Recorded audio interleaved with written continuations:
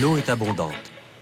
Elle coule, s'infiltre dans la terre ou retourne à la mer, s'évapore et nous revient sous forme de pluie, indéfiniment.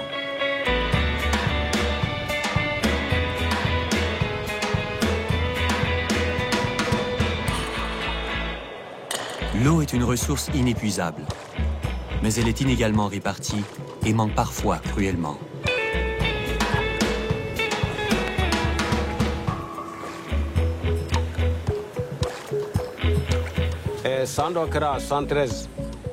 Avant 1973, il y avait beaucoup d'eau jusqu'à la fin de la saison sèche. Il n'y avait pas de problème d'eau. Depuis la sécheresse, on n'a plus vu de bonheur.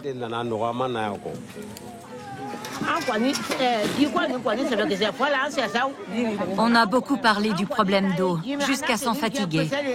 Notre linge est terne à cause de l'eau. Tu as vu notre peau, comme elle est moche? On ne peut même pas laver les enfants. Tous les anciens ici ont des disputes avec leurs femmes. Les femmes passent la nuit à chercher de l'eau. Les couples ne passent plus la nuit ensemble à cause des problèmes d'eau.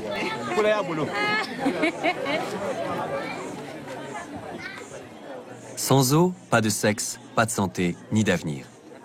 Le village malien de Sibrila survit avec 7 litres d'eau par jour et par habitant. C'est considéré comme le seuil minimum vital.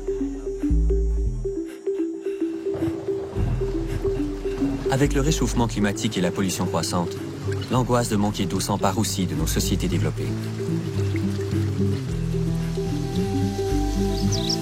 Alors que je démarre les recherches pour ce film, une crise s'annonce au cœur de l'Europe. Après plusieurs années d'une sécheresse exceptionnelle, Barcelone, métropole européenne, riche et moderne, est assoiffée et crie au secours.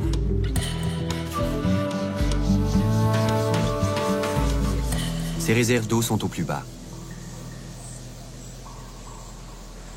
Marseille, de l'autre côté de la frontière, apporte son aide d'une façon insolite. Elle vend son eau et la livre par bateau. Les images marquent les esprits. L'eau n'est plus qu'une simple marchandise.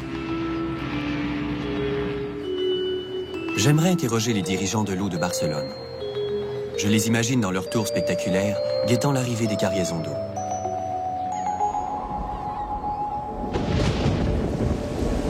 Mais de violents orages s'abattent sur la Catalogne.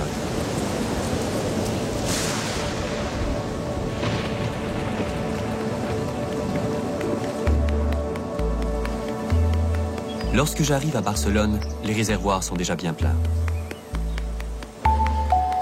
Les patrons de l'eau n'ont plus aucune envie d'évoquer cette crise. Et les Barcelonais semblent déjà avoir oublié la situation exceptionnelle qu'ils viennent de vivre. Ils n'ont pas eu besoin de changer leur habitude. Eux qui consomment 120 litres par habitant et par jour, près de 20 fois plus qu'un village africain.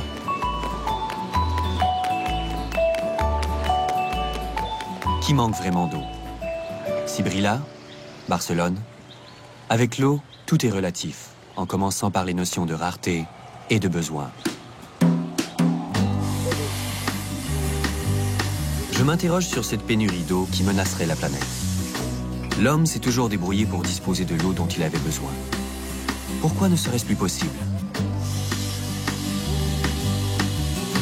Aujourd'hui, la tendance générale est au pessimisme. L'eau est rebaptisée or bleu. Mais ces guerres de l'eau, dont nous parlent les médias, sont-elles vraiment inéluctables? Et surtout, sont-elles vraiment dues à l'insuffisance de la ressource? Je décide d'aller à la rencontre de plusieurs lieux qui connaissent des crises d'eau pour en comprendre les raisons.